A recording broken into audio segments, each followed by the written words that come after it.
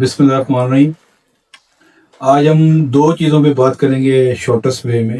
سب سے پہلے تو اللہ تعالیٰ کا ذکر، اس کی اہمیت کا اندازہ لگائیں گے کہ قرآن شریف میں اس بارے میں کیا بیان کیا گیا۔ دوسرا، ہمیں آج کل بڑی کنفیوژن ہے ہمارے معاشرے میں کہ اولیاء اللہ جو ہیں وہ کتنے ہیں، ان کی پہچان کیسے ہو، کیا ہمیں قرآن و حدیث سے اس کا ریفرنس لینا چاہیے یا ہمیں کوئی اپنا ذاتی ایکسپیرینس بھی اس میں ڈالنا چاہیے، کیونکہ معاشرہ وہ نہیں رہا جو آپ سے 800,000 سال پہلے تھا۔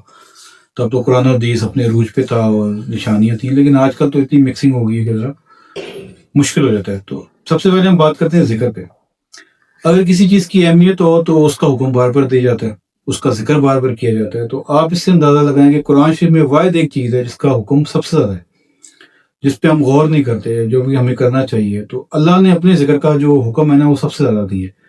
اولیاء اللہ صاحب علم لوگ اس کو بتاتے ہیں کہ 700 کچھ مرتبہ اس کا حکم قرآن شریف میں موجود ہے، ڈائریکٹ اور انڈائریکٹ۔ اس میں تقریباً 30 سے 35 مرتبہ ڈائریکٹ ہے حکم اور قرآن شریف میں، اور انڈائریکٹ حکم میں اللہ تعالیٰ نے اپنی عبادت، اپنا ذکر کا کی ہے، جیسے نماز ہے، نماز پڑھنا یا اللہ کا ذکر کرنا، وہ 700 مرتبہ ہے تقریباً۔ میں ایگزیکٹ فگر اس لیے نہیں کہہ رہا کہ کوتاہی نہ مجھ سے ہو جائے، تو رفلی 700 سے زیادہ مرتبہ ٹوٹل اللہ تعالیٰ نے یہ حکم دیا کہ میرا ذکر کرو، صبح شام کرو۔ پھر ایک مرتبہ ایک جگہ کہا ہے کہ صبح شام کے علاوہ بھی کہا ہے۔ تو ہم جنرلی یہ کہتے ہیں کہ 24 آور، جیسے کہ ہم ذکر کثیر کہتے ہیں۔ اب ذکر کثیر کیا ہے؟ ایک ہم لسانی ذکر کرتے ہیں، اس زبان سے کہتے ہیں، ہم ذکر کرتے ہیں پھر ہم رک جاتے ہیں، تو ذکر بھی رک جاتے ہیں۔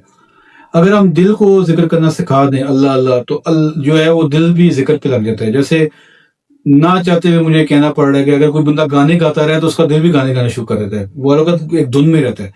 اللہ کا ذکر بھی ایسی ہے کہ آپ اگر اسے بار بار کریں، تکرار کریں، تو دل بھی جو ہے وہ اللہ کا ذکر کرنا شروع کرے، تو آٹومیٹکلی وہ ذکر کثیر ہو جاتا ہے۔ پھر آپ ذکر کریں نہ کریں، آپ کا دل 24 گھنٹے اللہ کا ذکر کرتے ہیں۔ تو اس سے اندازہ کریں کہ آپ کی عبادات اور نیکیاں کہاں پہنچ جائیں گی، جب آپ کو ہر لمحے اللہ تعالیٰ کا ذکر آپ کا دل کرتا رہے گا۔ تو ذکر کی اہمیت کا اندازہ اس سے لگائیں۔ دوسرا، ہم لوگ یہ پریشان رہتے ہیں کہ اولیاء اللہ کی پہچان کیا ہے، تو قرآن و حدیث میں اس کے ریفرنس موجود ہیں کہ اللہ تعالیٰ کا فرمان ہے کہ میرے جو اولیاء ہیں، یعنی کہ میرے دوست ہیں، ان پہ نہ کوئی غم ہوگا، نہ کوئی فکر ہوگی، نہ دنیا میں نہ آخرت میں، وہ میرے دوست ہیں۔ جو کہ واقعی بہت مشکل کام ہے کہ فکر پریشانی تو اللہ تعالیٰ تو سب جانتا ہے کہ زندگی میں آتی ہی آتی ہیں، اس کے بغیر تو زندگی نہیں چل سکتی کہ ساری لائف اسموتھ چلے۔ تو اس کا مطلب ہم جنت میں رہتے ہیں، جنت تو یہ ہے نہیں، تو پریشانیاں تو زندگی کا حصہ، یہ تو آتی ہیں، لیکن وہ غم و فکر اس حد تک نہیں ہونا چاہیے کہ جیسے اللہ تعالیٰ کا ایک اپنا معیار ہے جج کرنے کا۔ تو ایک تو پہچان یہ ہے۔ پھر رسول کریم صلی اللہ علیہ وسلم سے بھی کچھ چیزیں حدیثوں میں واضح ہیں کہ جو اللہ تعالیٰ کے دوست ہوں گے، یعنی کہ وہ ایسے ہوں گے کہ جن کو دیکھ کے اللہ یاد آ جائے۔ میں ایک مفہوم بیان کر رہا ہوں، ایک تو یہ ہو گیا۔ لیکن آج کل کے معاشرے میں یہ کیسے دیکھا جائے؟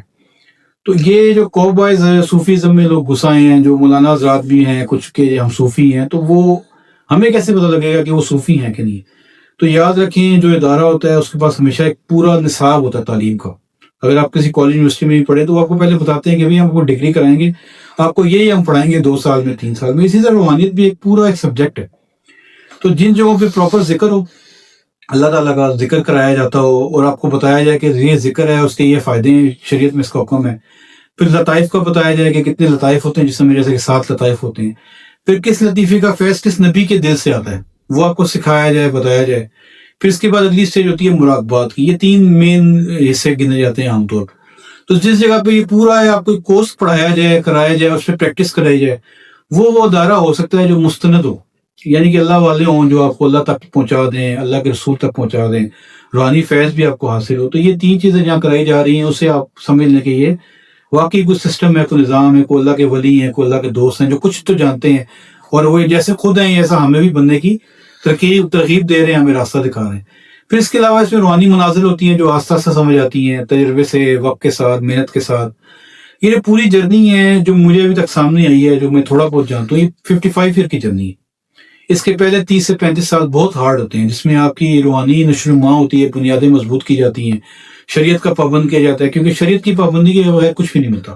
یہ کوئی کہے کہ جی میں ہوا میں اڑ لیتا ہوں لیکن وہ نماز نہ پڑھتا ہو، شریعت کا پابند نہ ہو، تو وہ سمجھ لیں کوئی جادوئی معاملات ہو سکتا ہے، وہ اسلام سے دور تک اس کا کوئی تعلق نہیں ہے۔ پھر اس کو استدراج کہا جاتا ہے۔ یہ روحانیت نہیں، کشف نہیں، یعنی کہ استدراج، یعنی کہ وہ جادوئی طریقے یا جنات کے ذریعے ایسی چیزیں حاصل کرنا، تو وہ ہم اس کو آپ کو کبھی سپورٹ نہیں کریں گے کہ آپ اس طرف جائیں۔ اللہ کے راستے پہ آئیں تو آپ کو کہا جائے گا کہ آپ ذکر کریں، شریعت کو فالو کریں، تو پھر اللہ تعالیٰ آپ سے راضی ہوگا۔ پھر آپ کی مراقبات، مشاہدات یہ شروع ہو جائیں گے ایک وقت کے بعد۔